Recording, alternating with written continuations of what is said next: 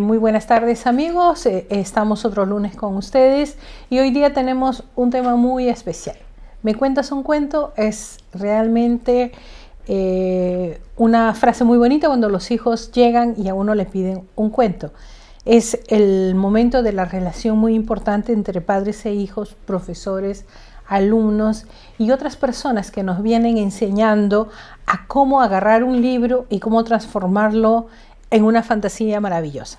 Hoy día tenemos como invitados especiales a Maite Cortés, licenciada en Ciencias y Artes de la Comunicación, y también estará con nosotros Ernesto Vildoso, especialista en sonoplastía. Con él vamos a conversar de la importancia de la sonoplastía y qué significa esto, ¿no?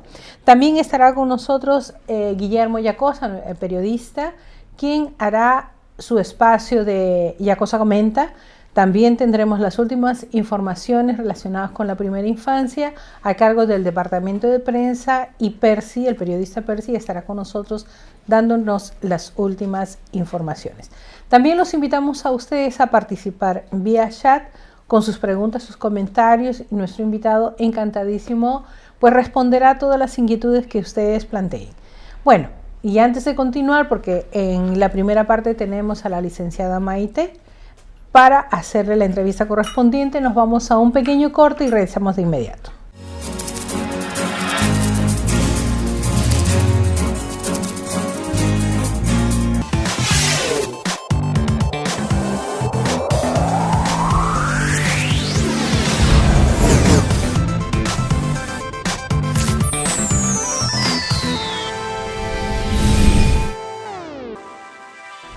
Nuestros niños, nuestro país, nuestra infancia como factor clave para la erradicación de la pobreza. Para tratar este tema, abrimos un diálogo abierto. Participa en el chat en vivo y sé parte del cambio, sin miedo a ser feliz.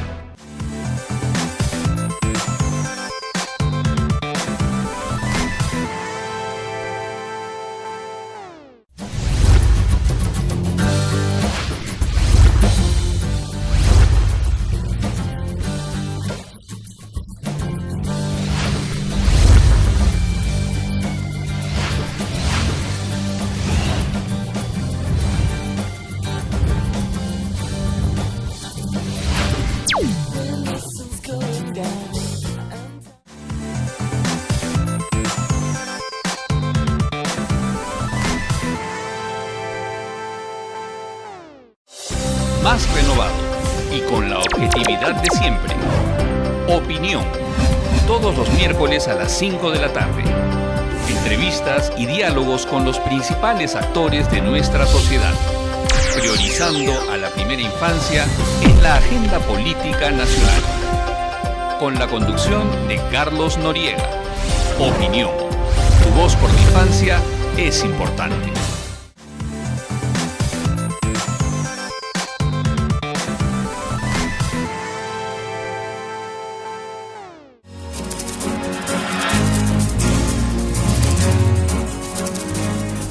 Amigos, nuevamente los saludamos y vamos a continuar con nuestra entrevista, y en esta oportunidad tenemos una persona por excelencia, una persona que se ha dedicado por mucho tiempo a desarrollar la expresión corporal, la facilidad de contar cuentos, el aprender, la palabra muy difícil, a través de la gesticulación, el arte y sobre todo de la literatura.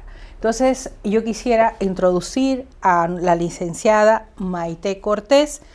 Ella es comunicadora en Ciencias y Artes de la Comunicación, diploma profesional en Danza Contemporánea y en Gestión Cultural de la Universidad Católica, narradora, expositora, facilitadora de la Editorial Santillana y cirqueando, que es su fuerte, teatro de responsabilidad social.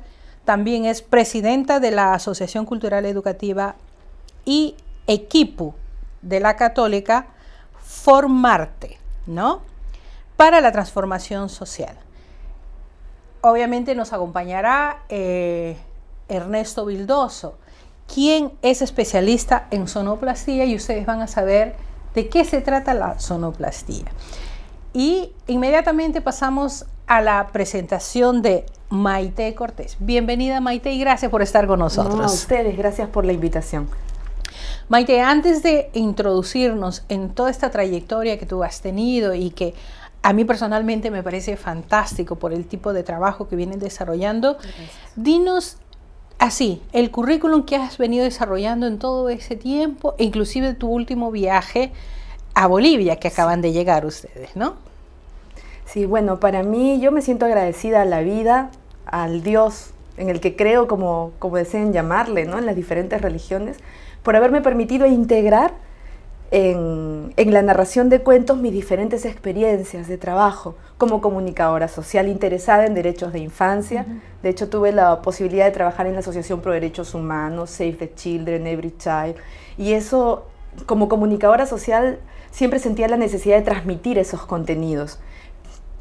Pero la sensibilidad por el arte me llamaba mucho también. Entonces, claro. Luego un poco mezclando el tema de la danza contemporánea, las artes escénicas, encontré en la narración de cuentos una manera de desarrollar esos contenidos de una manera estética, sensible, lúdica, creativa, recreativa, y me siento muy feliz, ¿no? Cierto. Pero, ¿qué es cirqueando? ¿Es una nueva palabra, una nueva invención, un dulce que quieres compartir con nosotros? Cirqueando es el concepto que inventó Ernesto Vildoso, ¿no? Pero cirqueando en realidad lo que es una apuesta por vivir haciendo arte en el Perú, por vivir trabajando conceptos de responsabilidad social, por un lado, y al mismo tiempo por trabajar fiestas y animación de cumpleaños, de reuniones familiares, pero desde la responsabilidad también social, cuidando los contenidos, que nuestras fiestas sean familiares, que una despedida de soltero o un baby shower, ¿no? La bienvenida a un bebé sea una reunión familiar, donde los niños puedan integrarse porque justamente trabajamos los contenidos con ese cuidado, ¿no? Esa es la apuesta de Cirqueando. Cierto, pero dentro de todo este trabajo que ustedes vienen desarrollando, hay algo que me parece muy importante, esta relación que tienes con los niños. ¿Cuál es la apuesta, ya que estamos hablando de apuestas, cuál es la apuesta que tú desarrollas con los niños pequeños? Nació con la danza. O sea, bueno, como bien mencionaste al inicio, yo estudié el diploma profesional de danza contemporánea en la Universidad Católica. Esa es un sueño hecho realidad para las personas que ahora están interesados en la danza contemporánea. Gracias a Mirela Carbone, a su tenaz lucha, esto tiene hoy este rango, ¿no? En la Universidad Católica. Hasta antes habían talleres, ¿no? Y bueno, yo llevé este diploma y la danza me llevó a la animación de objetos, ¿no? O sea, mi desarrollo de la danza ha sido con la animación de objetos. Cierto. Y que se han convertido, y son títeres no convencionales, y estos títeres no convencionales que para mí son mis compañeros de baile, ¿no? Son los que me acompañan en las narraciones de cuentos para los niños más pequeños. Cierto, sí, pero hay una estrategia de desarrollo con los niños. O sea, ¿qué tipo de influencia o qué tipo de aprendizajes o motivaciones desarrollas cuando estás trabajando con los niños pequeños? Porque evidentemente que los padres llevan con un objetivo, ¿no? Sí, en primer lugar es dejarlos participar. Romper este estereotipo de que el niño está calladito y el adulto es el que tiene la razón. No, yo hago que ellos participen mucho. O sea, les doy la libertad de participar y de expresarse, pero en un clima, con un marco de respeto, ¿no? Entonces ellos pueden ir participando, yo voy diciendo, ¿qué color es este? Y verde, y van pegando. Por eso es que trabajamos lo de la sonoplastía con Ernesto, porque él va generando también atmósferas, con los sonidos va marcando las pautas donde ellos intervienen. Entonces, fundamentalmente creo que nuestro aporte al trabajo con niños es ese, permitir que ellos se expresen. Los niños tienen derecho a la expresión, ¿no? Y a veces se le dice calladitos, mientras hay ellos chiquititos, calladitos, y no, nosotros rompemos con eso, les permitimos ser, expresarse, ¿no? Creo que ese es uno de los valores agregados que tenemos, el que puedan participar, intervenir. Cierto. Sí, eso es muy importante porque en todo caso dentro del área de la psicología se establece también que debe haber la libertad de expresión, está en la Constitución, libertad de expresión, pero también enseñarles los límites de hasta dónde pueden llegar. Exacto, se les va dando las pautas, ¿no? Entonces vamos marcando el momento en el que ellos intervienen con un sonido, con un ritmo, con un movimiento, ¿no? Entonces ellos van interviniendo en determinados momentos. Entonces sí es cierto, tienen la libertad de expresarse, pero en el marco de un límite, ¿no? Sí. Porque si no sería ya indisciplina y no es la idea, ¿no? Claro, no, sí, lo que pasa es que volvemos al eterno tema, ¿no? Libertad, libertinaje, y ese es un círculo vicioso del cual a veces no sabemos cómo escapar, ¿verdad? Además también, por ejemplo, bueno, si me permites te muestro, lo que hago también es generarles ese marco de manera visual, ¿no? Por ejemplo, yo abro esta puerta mágica de las preguntas, por ejemplo, y tengo mi mandil, y abrimos... Todo un vestuario especial. Sí. Entonces, por ejemplo, ¿me ayudas con los efectos de sonido, por favor? El cortaviento. Bueno, tenemos escondidito a un personaje que después lo vamos a presentar porque con él vamos a conversar, que ahora nos está apoyando con los sonidos. Sí.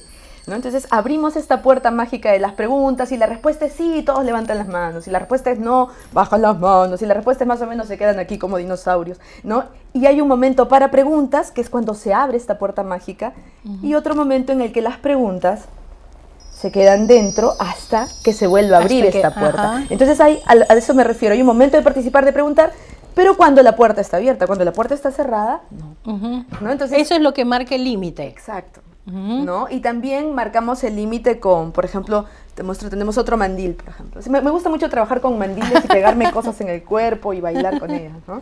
Por ejemplo, también, ¿no? Digo, en este cuento había algas de color, a ver qué color es este.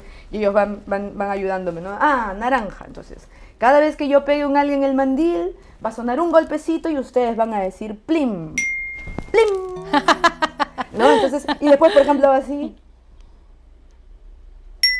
¡Plim! ¿No? Y si no lo hacen en el momento que suena, no, todavía no ha sonado la campanita, es después de que suene el golpe, ¿no? Entonces vamos así marcando las pautas. Ajá. Entonces ellos sienten, también despierto su curiosidad, su interés, su atención, y por otro lado hay estos límites, ¿no? Y van interviniendo y participando y se sienten motivados.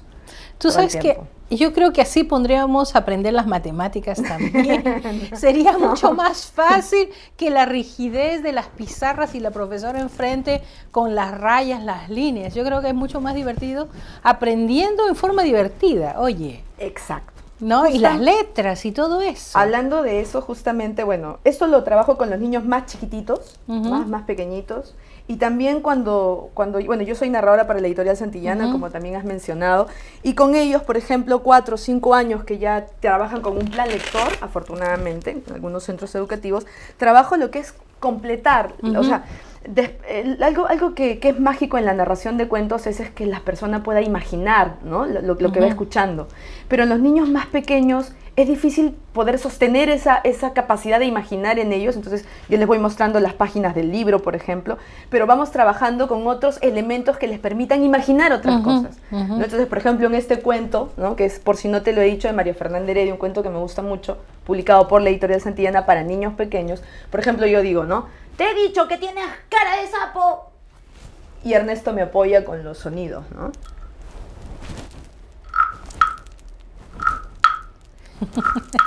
¿No? O por ejemplo,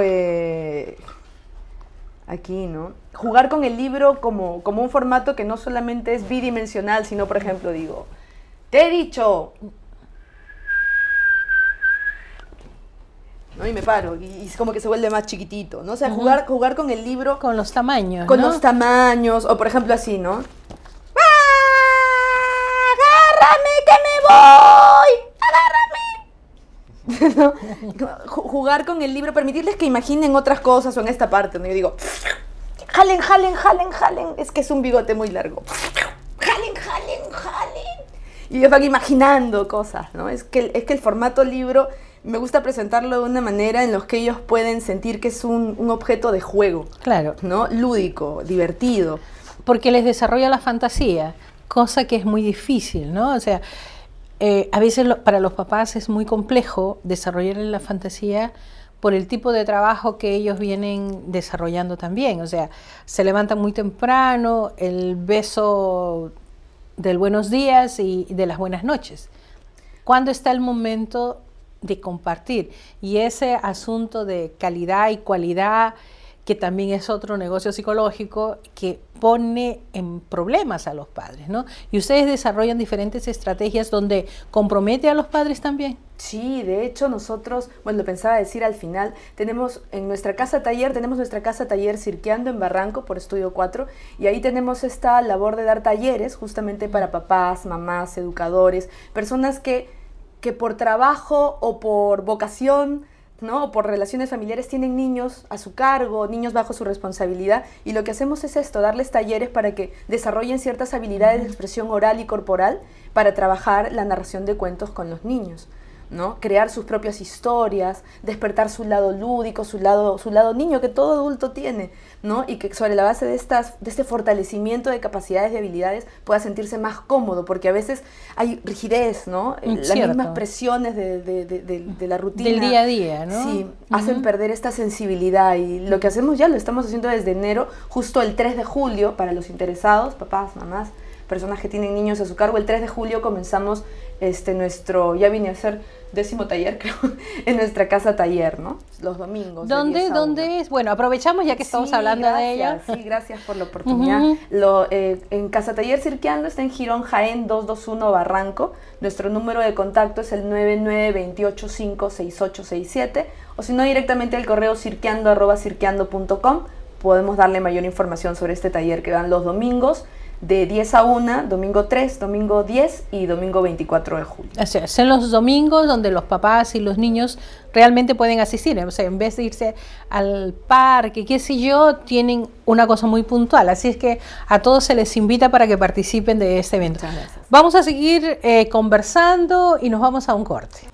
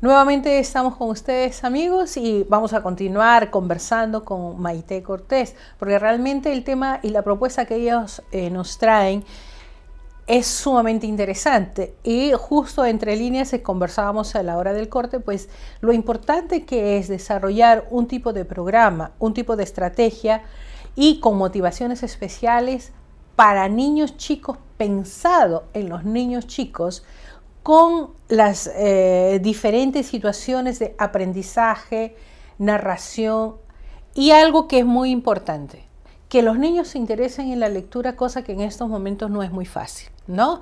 Porque la tecnología nos ha ganado bastante, pero todos debemos saber que dentro del área de la psicología, la lectura es el mejor factor para desarrollar las neuronas de los niños pequeños. Así es que, por favor, Maite, háblanos de las estrategias, de las motivaciones y de los propósitos que ustedes están persiguiendo con esta propuesta de Cirqueando. Bueno, en primer lugar, sí, yo parto por hacer un acápite, ¿no? Los niños nacidos a partir de los años de 1980 son considerados nativos digitales. Y nosotros, los que hemos nacido antes de los años 80, sin entrar en detalle de la edad, por supuesto, por favor, somos migrantes digitales, ¿no? Estamos en un proceso de aprendizaje de estas facilidades que ellos tienen para adaptarse a las nuevas tecnologías, ¿no?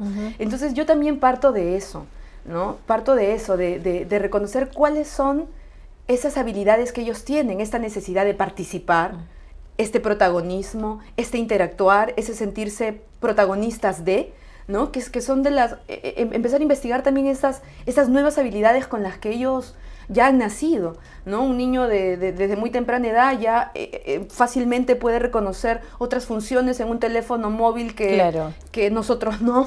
Entonces, creo que parte por ahí, por eso nuestra apuesta va por retomar esas habilidades y hacerlas parte de la propuesta artística, ¿no? Por eso es que cuando les presentaba el cuento ahora, ellos pueden participar, ellos completan, ellos son de alguna manera coprotagonistas de la propuesta. Entonces, es poner en valor esas habilidades, no negarlas, ¿no? No pretender hacer las cosas como eran en nuestra época, sino adaptarnos a esta nueva realidad. Exacto. ¿No?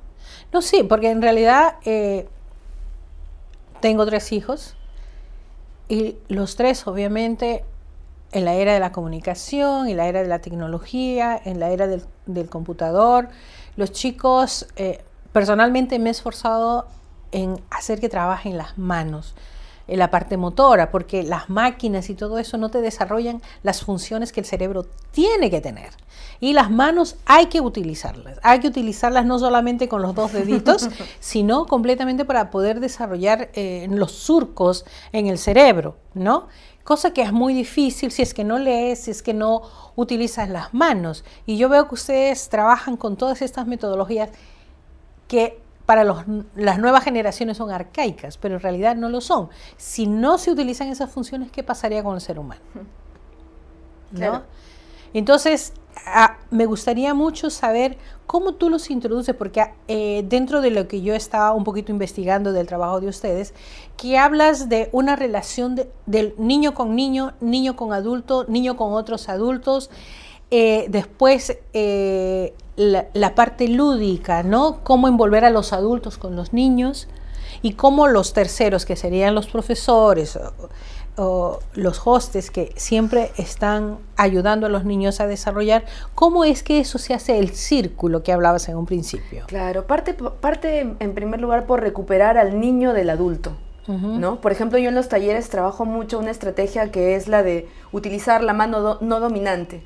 No dominante para hacer dibujos, para crear las imágenes del cuento que nos inventamos. Y por ejemplo, muchos de los participantes sienten esto de, ay, qué difícil es utilizar la mano opuesta, ¿no? Y cómo se sentirá mi hijito cuando yo lo fuerzo a escribir bonito, ¿no? Escribir bien, o que la letra le salga bien si a mí mismo, ya adulto, no me sale cuando estoy tratando de usar mi mano no dominante. Entonces, con estas herramientas que las que buscamos desarrollar en los talleres, es un poco sensibilizar al adulto sobre las expectativas que a veces y la presión que genera en un niño, en lugar de desarrollar una tolerancia mayor, un respeto mayor. A veces consideramos como que el niño debe respetar al adulto, pero yo me pregunto si como adultos respetamos a los niños, respetamos su proceso, sus momentos, sus tiempos, ¿no?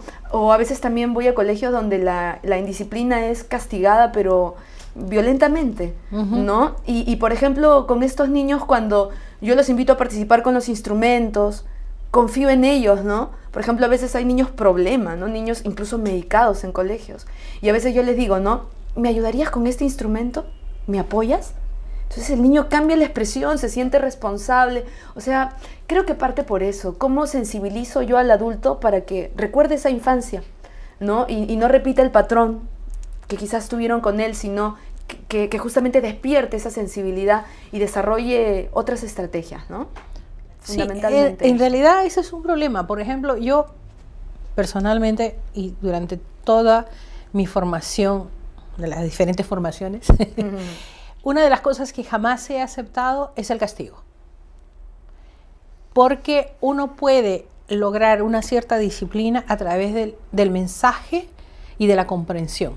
El niño cuando comprende que tiene muchos más resultados positivos a través del diálogo y la aceptación del diálogo dentro de un raciocinio, porque a mí nadie me va a quitar que los niños tienen una capacidad de raciocinio muy alta. Por eso es la manipulación, por eso es la malcriadez.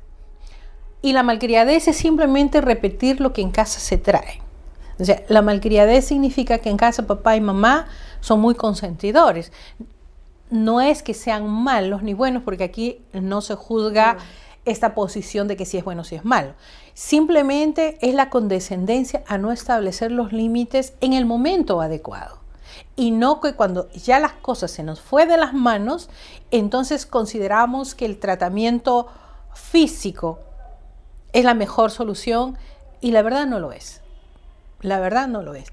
Y a mí me parece que la estrategia que ustedes utilizan es muy interesante, porque los niños llegan a establecer una relación de niño con adulto, niño con padres, y no adultos chiquitos. Exacto. Que es la parte más compleja, que todavía, a pesar de estar en el siglo que estamos, se sigue pensando que los niños son dependientes de los padres y serán como los padres quieren, sin respetar un poco esa formación libre que ellos vienen desarrollando, ¿no?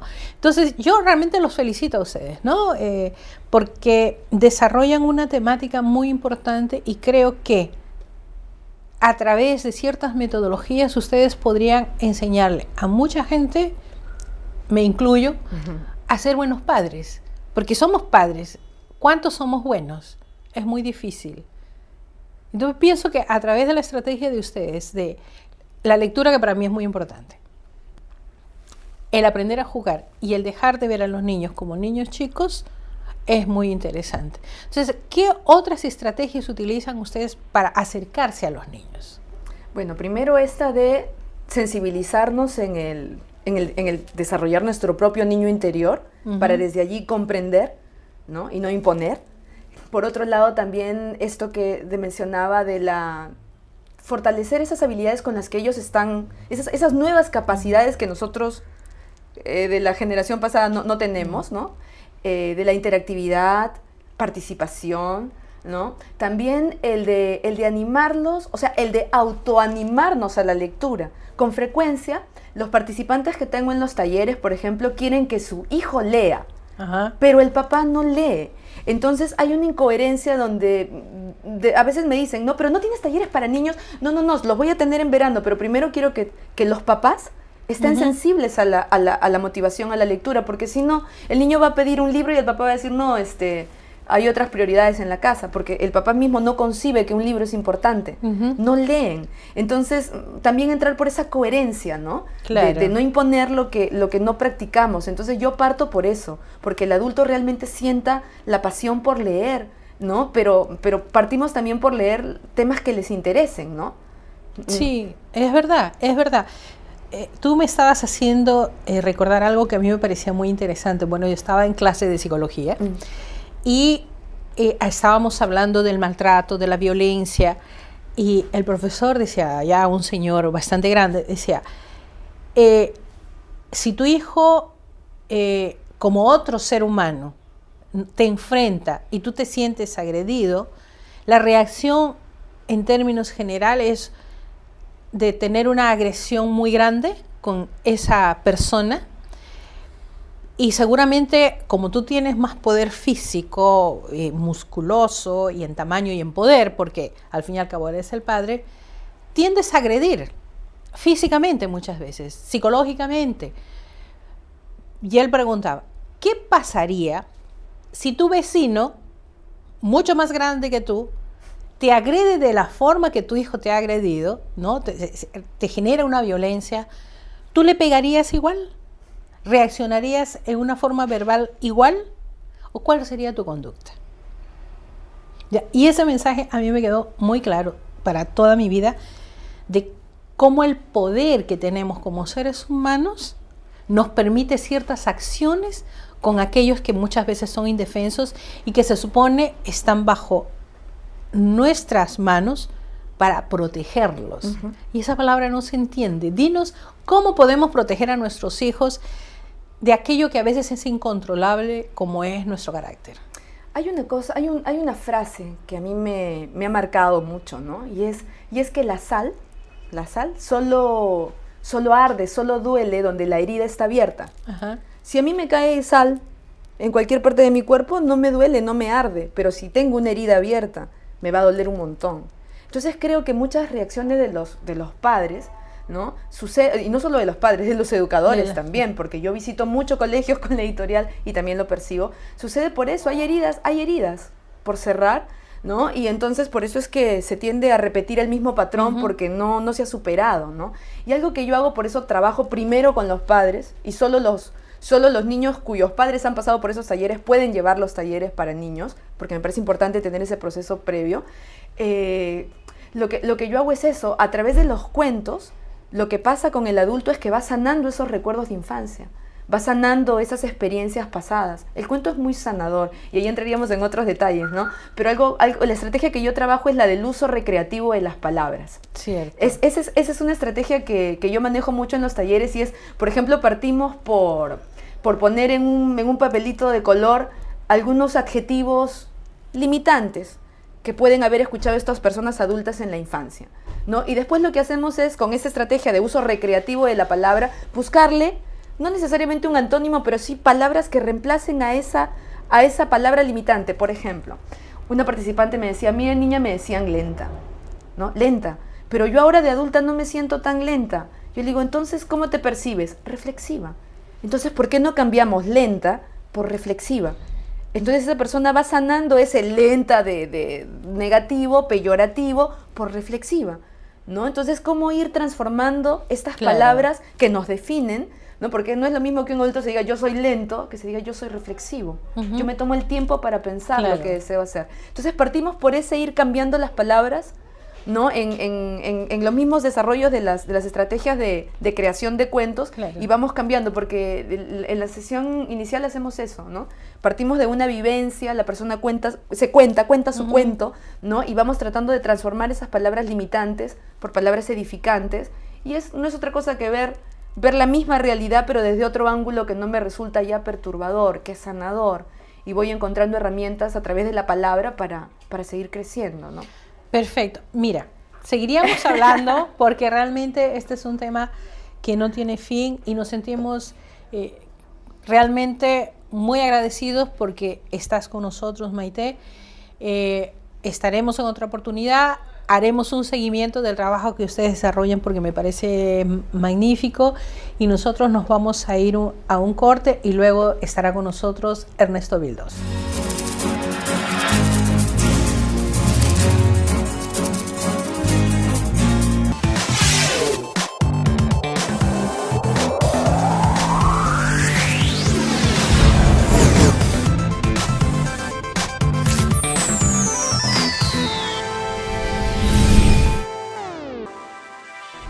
Nuestros niños, nuestro país, nuestra infancia como factor clave para la erradicación de la pobreza. Para tratar este tema, abrimos un diálogo abierto.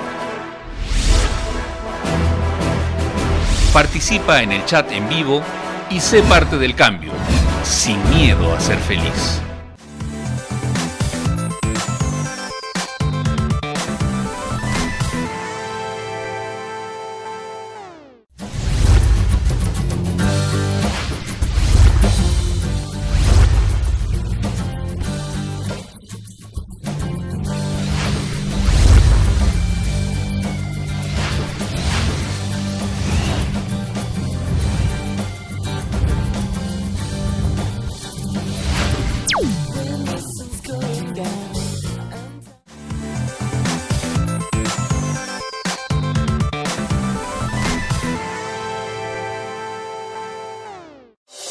Más renovado y con la objetividad de siempre. Opinión. Todos los miércoles a las 5 de la tarde. Entrevistas y diálogos con los principales actores de nuestra sociedad. Priorizando a la primera infancia en la agenda política nacional. Con la conducción de Carlos Noriega. Opinión. Tu voz por la infancia es importante.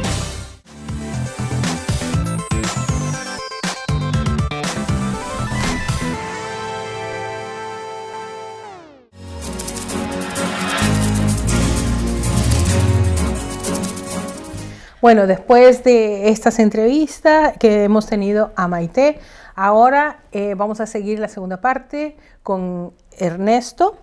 Ernesto Vildoso, lógicamente él es nuestro especialista en sonoplastía y ya nos han llegado muchas preguntas que nosotros vamos a resolver, pero antes queríamos darte la bienvenida. Nos sentimos muy felices de que estés con nosotros. Gracias. Y de hecho, ¿qué es la sonoplastía, por favor? Porque realmente aquí tengo como 5 preguntas. ¿Qué es? Bueno, en fácil, básicamente lo podemos traducir en un acompañamiento, si usted lo quiere traducir en algo más sencillo. La sonoplastía es básicamente el acompañamiento que ahora traducido en los juguetes modernos, como le explicaba hace un momento, tiene que ver con motivar a los niños a que jueguen con el juguete a través también del sonido, se aprovecha el sonido ahora dentro de un juguete moderno. La sonoplastía está en los instrumentos tradicionales, el sonido básico en general, que nos permite acompañarnos para ser más sencillo y más rápido todo, nada más. Acompañarse. Nada más. Sí, es un acompañamiento. Exacto. Sí, en realidad cuando estuve, yo también quise investigar un poquito para saber qué significaba la sonoplastía. Es una palabra portuguesa, de portugués de Brasil, donde ellos la han modificado, y es verdad, es el acompañamiento a una acción a través de los sonidos emitidos por la naturaleza o por el ser humano. Pero nosotros tenemos a Ernesto y él es licenciado también en otras carreras, en otras áreas, ¿no? Sí, exacto, yo soy egresado en actuación con título profesional de la Escuela de Arte Dramático aquí de Perú y soy técnico en marketing empresarial egresado del Instituto San Ignacio Loyola también. Por eso es que en Cirqueando, que es la empresa en la que trabajamos Maite y yo, fusionamos y combinamos todo lo que son las artes con el marketing también, ¿no? Para poder hacer que nuestras propuestas artísticas puedan llegar también a más gente, ¿no? Porque claro que sí. Si uno no promociona, no vende, tampoco se llega a nadie, ¿no? Claro, sí, pero también tienes otro oficio que es el de clown, el payasito. También, ¿no? soy el clown. En realidad, cuando uno está en la escuela luego de 5 años de estudios te enseñan a hacer como, digamos, de todo, ¿no es cierto? En 5 años llevas 5 años de música, 5 años de baile, 5 años de canto, llevas magia, zancos, clown, mimo, hasta poner luces, hacer paredes de mentira, todo lo que es escenografía, peinado, maquillaje, ¿no? De ahí que algunos artistas compañeros terminan a veces siendo maquilladores, pasa, pero especialistas en máscaras, por ejemplo, ¿no? Algunos han estudiado actuación, pero les gustó mucho la parte de la música y siguieron profundizando en la música. Tengo compañeros que son actores, pero son músicos por sobre todas las cosas, ¿no? Hay gente que es dedicada netamente a todo lo que es el maquillaje y el peinado de los artistas en canales de televisión y en general, ¿no? Y nosotros estamos más abocados a la producción en sí, ¿no? Y dentro de la producción, nosotros como artistas que somos, entramos a escena haciendo los personajes que requiera el espectáculo que estamos presentando, ya sea la magia, ya sea la narración de cuentos, que es lo que estaba hablando Maite más temprano. Y en general, lo que a nosotros nos pidan, nosotros podemos hacer. Ese claro que sí. Totalmente integral y completo en cuanto al aprendizaje. Todo lo que se puede hacer. Somos un equipo humano que es capaz de desarrollar estrategias artísticas, tanto para promocionar la lectura, los derechos del niño y niña en general, en el caso de Cirqueando también la ecología y medio ambiente, que es algo tan actual, ¿no es cierto? Y por sobre todas las cosas los principios y valores, ¿no? Porque sin principios y valores no hay derechos humanos, no hay ecología y medio ambiente, no hay nada de nada. Sí, pero mira, aquí me están pidiendo por favor que leamos las preguntas del chat y te va a tocar a ti, por favor, Ernesto, respondernos. Dice, Luisa nos señala, ¿qué tipo de cuentos son ideales para los niños pequeños? ¿Los clásicos como los de los hermanos Grimm o este nuevo tipo de cuentos como Chimoc, el perro peruano? La pregunta ¿es mejor leer clásicos que ya están, digamos, aprobados? Bueno, en el caso concreto de Cirqueando, en el formato de narración de cuentos y promoción de la lectura a través de los cuentos, que es lo que nosotros trabajamos, nosotros nos regimos por lo que se denomina el plan lector, que es un plan supervisado por el Ministerio de Educación de aquí de Perú. En básico, ese plan lector está dividido por edades.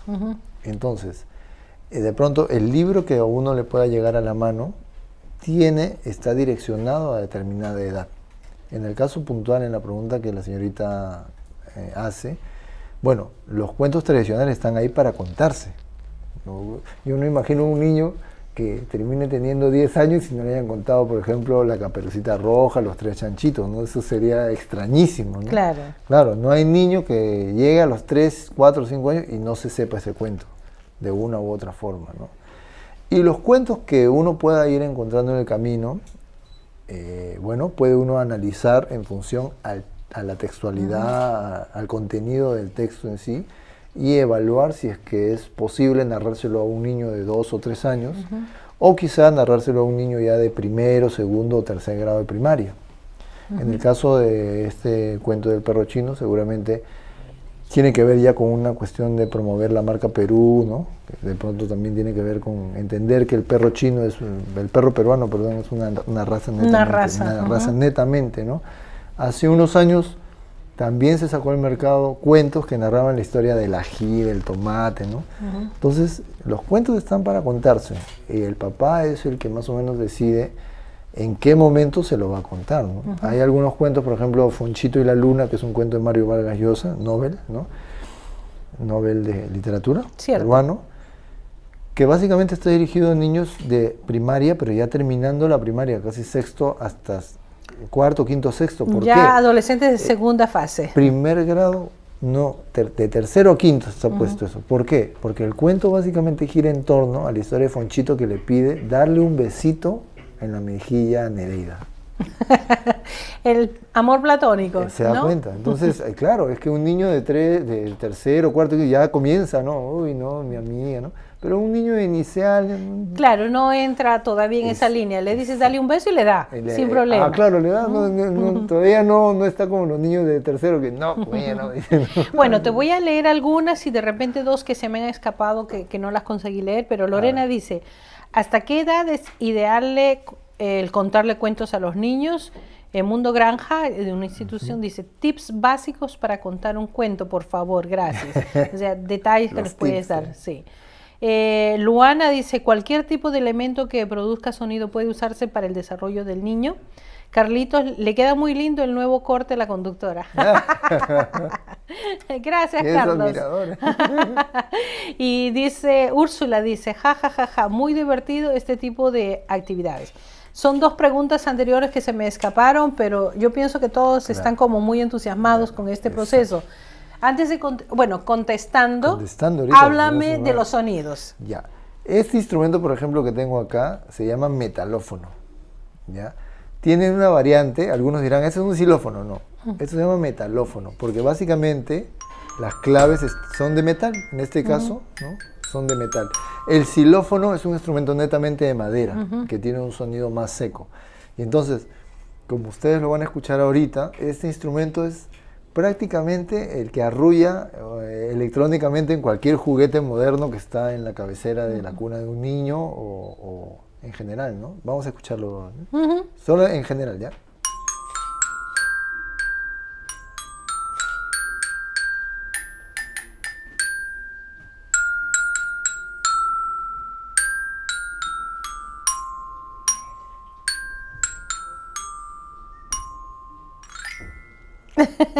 Este es lo que está dentro de los juguetes. Súper lindo, ¿verdad? Es lo que está dentro de los juguetes. Solo que, bueno, a veces uno pues no se toma el tiempo de pronto llevar un poquito de música, ¿no? O estudiar algo sencillo, o de repente por oído comenzar a jugar con los instrumentos, ¿no?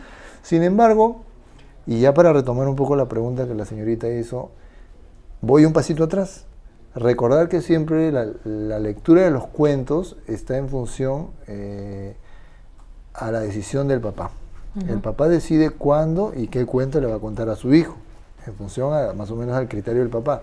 Lógicamente vuelvo a resaltar que hay un plan lector que a nosotros como promotores de la lectura a través de los cuentos nos rige, ¿no? Que es el que sustenta el Ministerio de Educación. Llegamos a un primer grado a contar cuentos de primer grado. Claro. Así de simple, ¿no? Ahora, la señorita preguntaba qué tips hay para poder contar un cuento. El primer tip para contar un cuento es que le guste leer. Eso es lo primero. Porque si no lee, no va a contar nada. Sí, es imposible, ¿no? Eso es lo primero. Lo segundo es dividir la estructura. Todos los personajes, eso es bien fácil, ¿eh? Todos los personajes en las historias están divididos en, vea usted, un positivo, que viene a ser el bueno de la historia, un negativo, que supuestamente es el malo de la historia. ¿No? Claro, siempre es así, el bueno y el malo. Claro. Y existen los personajes que son de enlace. O sea, las situaciones o los personajes que hacen que esos dos personajes, lo bueno y lo malo, se enlacen, se encuentren, ¿no? Si uno quiere abreviar un cuento, ¿no? O hacerlo más a su manera, tiene que tener en cuenta siempre eso, lo bueno, el malo y todos los factores de enlace que generan la historia. Perfecto. Y lógicamente el conflicto y el desenlace. El conflicto es lógicamente lo que enfrenta a las dos partes, ¿no? Y el desenlace es quién gana, ¿no? Si el bueno o el malo, o en el caso de los cuentos para niños, cuál es la lección que aprendió supuestamente el que era el malo o el que estaba equivocado desde el principio, ¿no? Claro. Eso es el tip básicamente para entender un cuento. Un cuento. Para poder narrar un cuento. Perfecto, mira. Por ahí quedó, creo, había una pregunta. Sí. ¿No? Había una más de la edad ideal. La edad ideal para empezar a contar el cuento. Bueno, nosotros todo el tiempo contamos. Todo el tiempo contamos. ¿Cómo te fue? Ay, esto, y comienza a contar uno, ¿no? Incluso cuando un bebé está en la cuna, la mamá comienza a hablar y comienza a hablar. Está en nosotros la naturaleza de hablar, ¿no? Pero siempre una persona que habla con base, o sea, con una idea de lo que va a contar, de lo que va a decir, es la persona que ha leído. Claro. O que tiene algo que contar, ¿no? Yo creo que todos los seres humanos siempre tenemos algo que contar. Exacto. Vamos a seguir conversando, nos vamos a un corte y regresamos.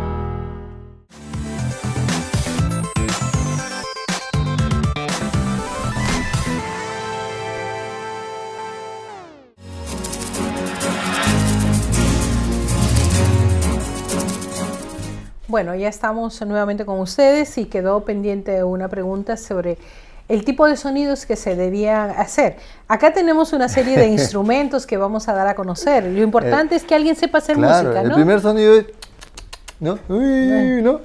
¿No? Así uno comienza. Cuando un niño es pequeñito, lo primero, ¡ay, qué bonito! Son sonidos que arrullan al niño en cierta forma, ¿no? Pero acá tenemos algunos instrumentos que nos pueden también ayudar a comenzar a hacer algunos juegos de sonidos. Recordemos que, ¿cómo me dijo usted? La sonajita, ¿no es la cierto? sonaja. Antes era la la sonaja. famosa sonaja. No había más, ¿no es cierto? Era la sonaja y el silbato, me acuerdo, ¿no? Pero bueno, por ejemplo, acá tenemos una pandereta, ¿no? Que en algunas historias de cuentos nos pueden servir para hacer la parte del suspenso, ¿no? Por ejemplo, ¿no? Y entonces, ¿no? Se pone el paréntesis de suspenso, ¿no? Ahora, a los niños de sexto, cuarto, quinto, sexto grado de primaria les gustan mucho los cuentos de terror. De hecho, los piden bastante. Sí, sí, sí. Ahí le voy dando un dato a la señora que preguntó qué cuentos se pueden contar, ¿no? Ahora, este de acá es un instrumento que se llama, como le dije hace un rato, el xilófono, que básicamente nos permite transportarnos hacia situaciones que pueden pasar, ¿no? Y entonces ella caminaba, ¿no? Y llegó, por ejemplo, ¿no? Tenemos instrumentos o algunos juguetes sonoros que son más puntuales, ¿no? Que nos pueden ayudar, por ejemplo, a hacer el sonido de un sapo. Y tenemos un sapito ahí, sí, este ¿no? es un sapo, mire. Este juguete, este instrumento lo venden en las tiendas de artesanía, es cuestión de uno buscarlo. Ahorita le voy a contar cómo es que puede ubicarlo de manera correcta. El sonido del sapo, bien sencillo. Súper lindo. Ahora, yo le estoy mostrando porque uno se queje si no suena igual. ¿Qué pasa? Que en las tiendas de artesanía los venden ya laqueado y pintado. Cuando está laqueado y pintado, la madera no suena igual. Tiene un sonido diferente. Corre esto, se resbala y no suena igual. Entonces, si lo puede comprar sin que esté así laqueado, o sea, que esté natural. así purito, sería mejor. Cierto. Ahora, tengo otro instrumento que es un instrumento ya brasilero, pero acá lo hemos transformado porque está al servicio y los cuentos. En donde, por ejemplo, ustedes han escuchado a veces cuando salía Snoopy que le decía, ¿no? La cuica. Aquí va, escucha, ahí va. Y entonces él dijo, mentira, no dijo nada, sino que simplemente... dijo esto, uno traduce lo que dijo, claro. ¿no? Y entonces en este caso hay un títere o simplemente una imagen y dijo además algo más. Entonces puede servir, ¿no? Ahora, hay instrumentos que nos pueden transportar hacia espacios o lugares, ¿no? Como el palo de lluvia, ¿no? Para hacer básicamente el sonido del agua, de los agua, ríos, del río, o de simplemente lo que puede ser la lluvia, ¿no? En este caso, ¿no? Hay un derivado también que es un instrumento un poquito más, que ese sí me gusta mucho, porque me gusta hacer el sonido del mar más amplio.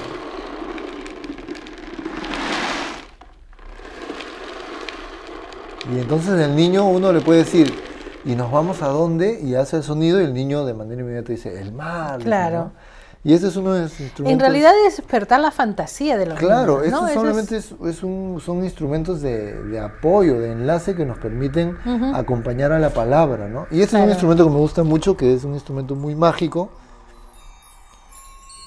Sí. Este es el cortavientos. Parece, sí. Este es el cortavientos, ¿no? Ahí se atoró un poquito, pero bueno, vamos a hacer acá.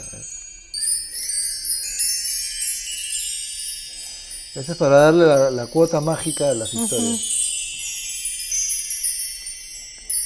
Es que es un sonido mágico. Es un sonido mágico, exactamente.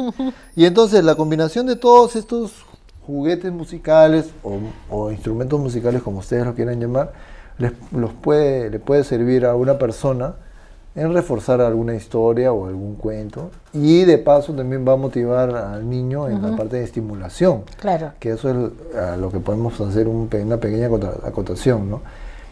La música es parte de la vida, el sonido es parte de la vida en general, ¿no?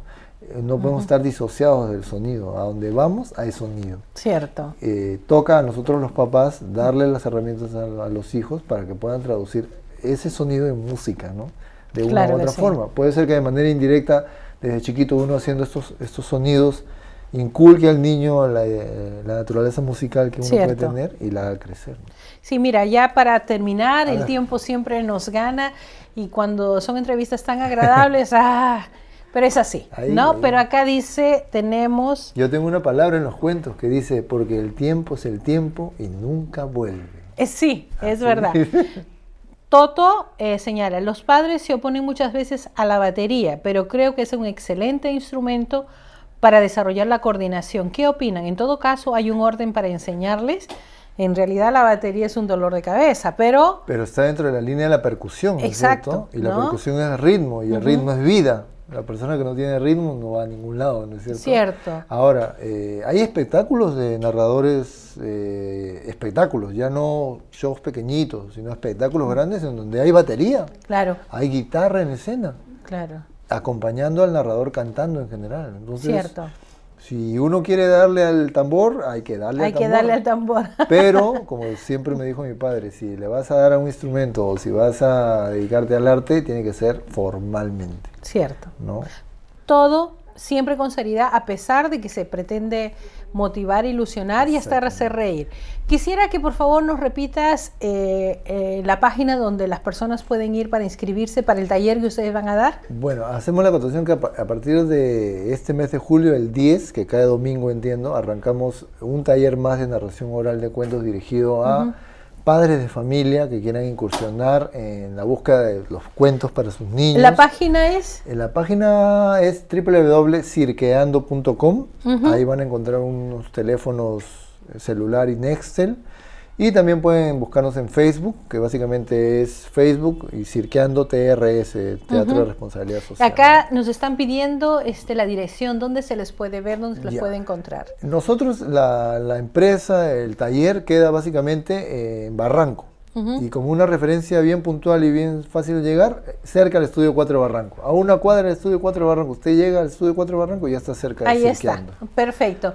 Ernesto, muchísimas gracias por haber estado con nosotros. Y ahora nosotros pues damos pase a las últimas informaciones del Departamento de Prensa con Percy. Adelante, Percy. Gracias, Coti. Pues bien, nos encontramos nuevamente una semana más aquí en nuestra secuencia de noticias de la primera infancia primero.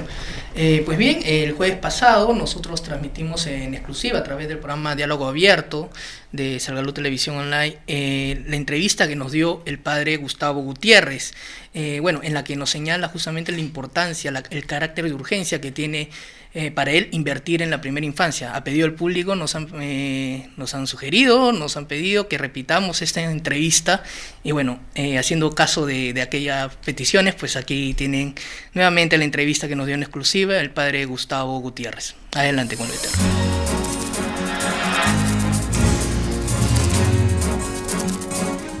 El Perú, por ejemplo, tiene un crecimiento económico importante, ¿no? Sin embargo, las brechas sociales entre pobres y ricos se incrementan, las zonas rurales siguen en ese estado de pobreza.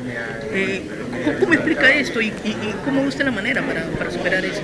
Bueno, hay una distinción clásica en estas materias que es entre crecimiento y desarrollo humano. Entonces, lo que hemos tenido al parecer es un crecimiento económico, pero no un desarrollo humano.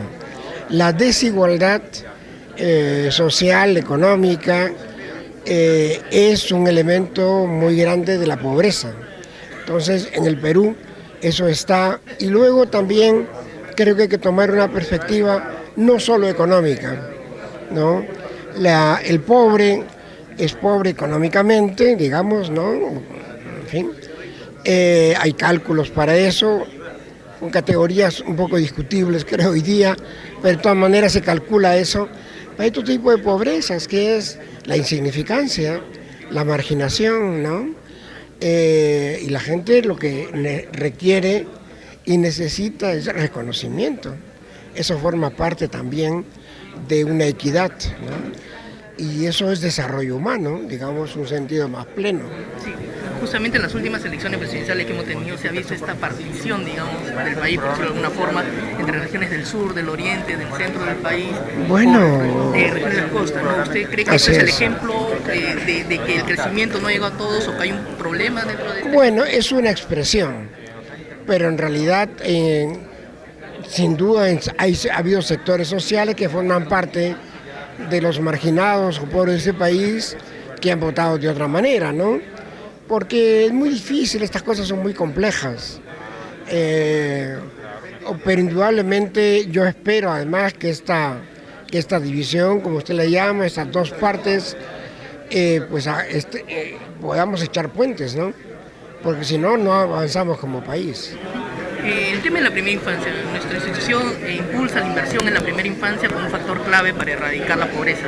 ¿Cuán importante cree usted que es esta inversión en la primera infancia? Bueno, no hay médicos ni psicólogos que no nos digan con toda claridad que la primera infancia es decisiva para la vida de un ser humano. Desde muchos puntos de vista, uno muy claro es alimentación, pero educación, ¿no? Protección, etcétera. Eso hoy día es una cosa totalmente clara y por consiguiente trabajar en esa perspectiva es sumamente importante. O sea, ¿usted considera que para que haya un desarrollo social de país, pero un desarrollo de país, se debe comenzar a invertir en la primera infancia en temas como educación? Evidentemente, eso tiene carácter de urgencia y eso es muy claro eso. En estos así podríamos hablar mejor, con más claridad de un desarrollo humano. Vea, en el pensamiento social de la Iglesia hay mucho al respecto. El crecimiento económico se necesita, pero puede incluso acrecentar la desigualdad. Y eso pues toca a quienes tienen responsabilidades políticas en un país, en una sociedad, de ponerle a eso, componer eso, digamos, no remediar una situación como esa. Bajo esa óptica, para terminar, ¿qué cosa le sugeriría al gobierno entrante, ya este 28 de julio, en qué se debería enfocar más? Bueno, yo no soy nadie para sugerir nada a ese nivel, pero lo que acabamos de conversar, una preocupación muy grande por la inequidad, la desigualdad que hay en el país, pero eso políticamente es lo que se ha intentado decir con aquello de la inclusión, ¿verdad? Ojalá, porque una cosa es tocar ese tema en un proceso electoral y otra cosa es poner el país en esa perspectiva. Pero vea, no es únicamente cuestión del poder político, del gobierno, tiene que ser un consenso social. Hay personas en el país fuertes, poderosas, a las que la inclusión no les dice gran cosa. La inclusión, por supuesto, de los más abandonados, los ninguneados, como decía José María Arguedas, ¿no? Entonces hay una cuestión de consenso, pero naturalmente tarea para el gobierno también, claro.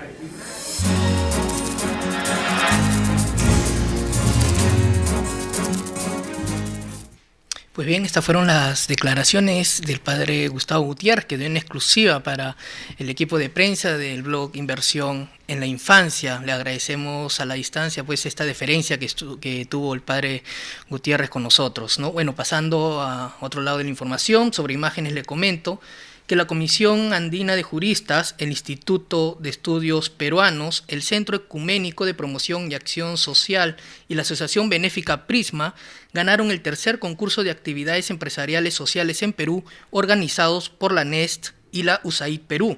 La ceremonia de premiación se realizó el jueves 23 de junio. Cada una de estas 4 instituciones recibió un premio de $10,000 para financiar los proyectos ganadores. La Comisión Andina de Juristas ganó con el proyecto Curso Prevención y Manejo de Conflictos modalidad virtual, que consiste en dar cursos de capacitación por internet a funcionarios públicos del Perú y de la región andina que manejen los temas de conflictos sociales. Estos cursos brindarán a los asistentes las herramientas necesarias para la toma de decisiones y el manejo de crisis y gestión de conflictos. Este proyecto se tiene pensado que va a comenzar a partir del mes de agosto. Nuestra felicitación pues a las 4 instituciones ganadoras de este importante concurso y bueno, sobre todo al equipo de la Comisión Andina de Juristas, en especial a Salvador Herencia Carrasco, un amigo de la casa que bueno, es consultor de la Comisión Andina de Juristas y además es asesor de estudios y proyectos de Salgalú Comunicación y Responsabilidad Social. Así que bueno, a Salvador pues nuestras felicitaciones y nuestras congratulaciones, ¿no? Y que sigan los éxitos. Bueno, también le tenemos información esta mañana en un acto público. El Perú reafirmó su compromiso por la educación y se unió a la campaña mundial por el derecho a la educación de las niñas y las mujeres, bajo el lema "La educación de las niñas y mujeres es un derecho, haz que sea un derecho".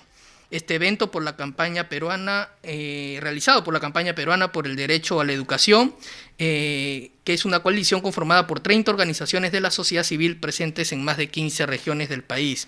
Estuvo presente en esta ceremonia Ana María Mendieta, viceministra del Ministerio de la Mujer, Miriam Ponce, directora general de Educación Básica Regular del Ministerio de Educación, Madeleine Zúñiga, coordinadora nacional para la campaña peruana por el derecho a la educación y quien además es miembro del Grupo Impulsor Inversión en la Infancia, Ana María Robles de CARE Perú, entre otros. Bueno, y por último, damos un anuncio que este sábado 9 de julio se va a presentar a las 9:30 de la mañana en el Auditorio Vicente Santuc de la Universidad Antonio Ruiz de Montoya, la transmisión del documental LOXI, un hogar para crecer. Este documental trata sobre el instituto, que es un orfanato ubicado en la calle LOXI número 3 en Budapest, que bueno, se origina al término de la Segunda Guerra Mundial y que actualmente por ello tiene más de 60 años, que ha pasado todos estos 60 años dedicados a la educación de los niños y niñas de Budapest. Y bueno, y ahora está a punto de estar cerrado, así que están haciendo toda una campaña internacional para dar a conocer primero la labor de esta institución y bueno, y evitar, si es que se puede en la medida de lo posible, su cierre. Bueno, por último, no dejen de visitar nuestro blog de noticias, Inversión en la Infancia. Hoy tenemos una entrevista al economista Javier Higuíñez, profesor principal del Departamento de Economía de la Universidad Católica y miembro del equipo de Gana Perú para la transferencia del gobierno. Higuíñez, el economista Higuíñez nos habla sobre la relación entre crecimiento económico y desarrollo humano y las propuestas del próximo gobierno en temas de primera infancia. Y en nuestra columna de opinión tenemos al educador y miembro del Grupo Impulsor Inversión en la Infancia, Alejandro Kusianovich, quien nos habla sobre la importancia de la cooperación entre el próximo gobierno y la sociedad civil en torno al tema de la primera infancia. Bueno, eso ha sido todo por hoy. Me despido de ustedes y doy pase a Coti. Adelante, Coti. Gracias, Percy, como siempre tan acertado. Y ahora sí, seguimos en nuestra última secuencia con Guillermo Yacosa en Yacosa Comenta. Adelante.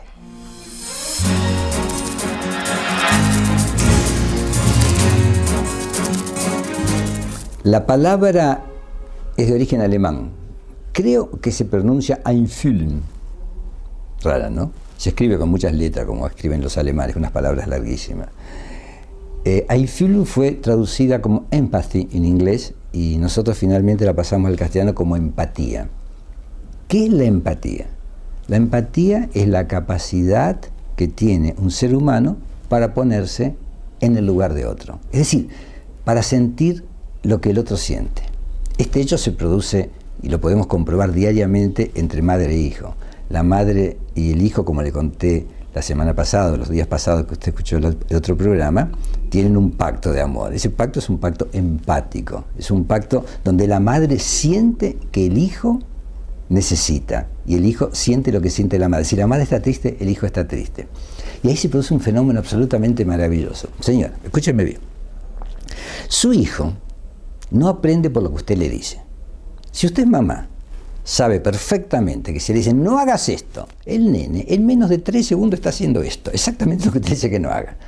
Los chicos no registran el no, les entra por acá y les sale por acá.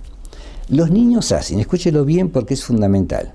Esto se ha descubierto, se ha comprobado recién en 1998 a través de un experimento de un italiano que se llama Rizzolatti. Los niños hacen lo que ve que usted hace. Un día, le voy a contar una experiencia, una señora, los chicos hacen lo que usted hace. Un día una señora me encuentra en la calle y como yo trabajaba en la televisión me conocía, me dice, ¡ay, señor Yacosa, mi hijo habla a los gritos, me tiene la cabeza así, me tiene loca como grita ese chico, siempre grita, grita, estoy loca, me decía. Yo la miraba a la señora y digo, sí, está loca, pensaba yo, pero no se lo dije, evidentemente. ¿Qué hacía el niño? El niño escuchaba que la madre hablaba a los gritos. Pues si la madre me gritaba a mí en la calle, evidentemente en la casa sería insoportable, porque en la calle, como es más abierto, se escucha menos, pero en la casa sería insoportable. Entonces el niño gritaba porque la madre gritaba. Eso se llama neuronas espejo. Siempre se dijo que los monos tienen neuronas espejo. Es decir, hacen lo que otro mono que está frente a ellos o un ser humano hace. Los monos sacan la lengua. Bueno, se ha descubierto, lo descubrió este italiano Rizzolatti, que los seres humanos tenemos más neuronas espejo que los propios monos. Es decir, educamos sin darnos cuenta con nuestras actitudes y nuestros comportamientos a nuestros hijos. Entonces, cuando usted diga, no sé a quién salió mi hijo, vaya al espejo y mírese y se va a dar cuenta que su hijo salió a usted. No le quepa la menor duda. Si usted lo mira con atención, los gestos, los comportamientos, la forma de hablar, todo. Tanto es así que los hijos adoptivos se llegan a parecer mucho a los padres que los han adoptado. ¿Por qué?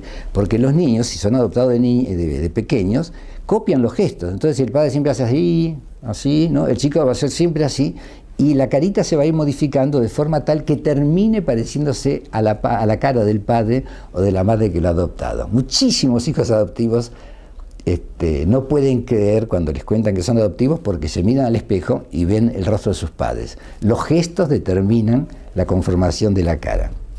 Pero no se olvide esto, las neuronas espejo actúan permanentemente. El chico copia todo lo que usted hace. Si usted quiere que el chico después de comer, por ejemplo, diga gracias, todo lo que tiene que hacer es cada vez que usted termine de comer, decir gracias. Si usted quiere que el chico no grite, pues usted no grite. Si usted quiere que el chico no sea peleador, pues usted no se pelee con su marido, ni su marido con usted, por supuesto. Todo eso es difícil, ¿eh? Yo sé que es difícil lo que le estoy pidiendo, pero eso es lo que funciona. El chico aprende por lo que ve que hacen los otros.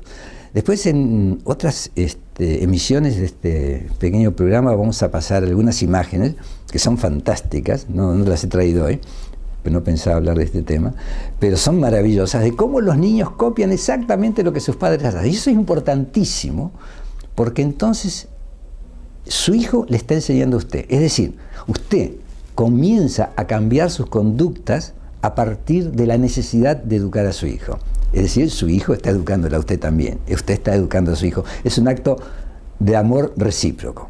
Y estas neuronas son las neuronas de la empatía. Las neuronas espejo son las neuronas de la empatía. Se mantienen durante toda la vida. Mire, usted está durmiendo, ¿sí? Tiene un bebé, está durmiendo. Está durmiendo, está dormida, y de golpe su bebé, en la habitación contigua, cambia el ritmo de la respiración y usted inmediatamente se despierta. ¿Por qué? Porque la parte más antigua del cerebro en la hembra de la especie humana, usted señora, con todo respeto, dicho, la hembra de la especie humana es bonito, a mí me gusta cómo queda. En la hembra de la especie humana, la parte más antigua del cerebro, que tiene 200 millones de años, está siempre alerta, custodiando la supervivencia de ella misma y de su progenie, es decir, de quien nació de ella.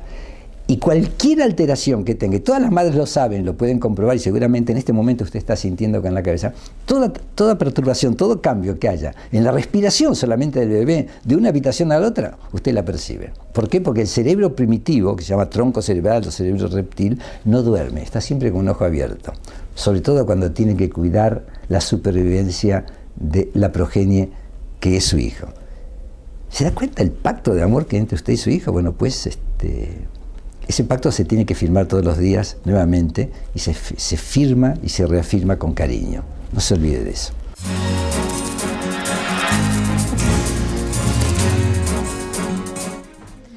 Muchas gracias por haber estado con nosotros. Llegamos al fin del programa, pero antes queríamos invitarlos para el próximo lunes, donde con orgullo decimos que vamos a iniciar la Semana Patria presentando a dos excelsas figuras de nuestra música. Tenemos a Adela Aún, quien es reconocida como la reina y señora de la marinera. Estará con nosotros y podremos entrevistarla y el trabajo que ella viene desarrollando ampliamente con los niños más pequeños. También estará con nosotros Luis Abanto Morales en nuestra secuencia El niño que un día fuiste. Roberto del Águila se encargará de llevar a cabo esta entrevista. Entonces, no se la pierdan porque la próxima semana estaremos así, con mucho orgullo presentando a dos exponentes de nuestra cultura. Bueno amigos, esto ha sido todo por hoy. Mañana a las 11 de la mañana probablemente estaremos con ustedes y agradecemos a Bernard Van Leer, a la Fundación Telefónica y Alter Latina.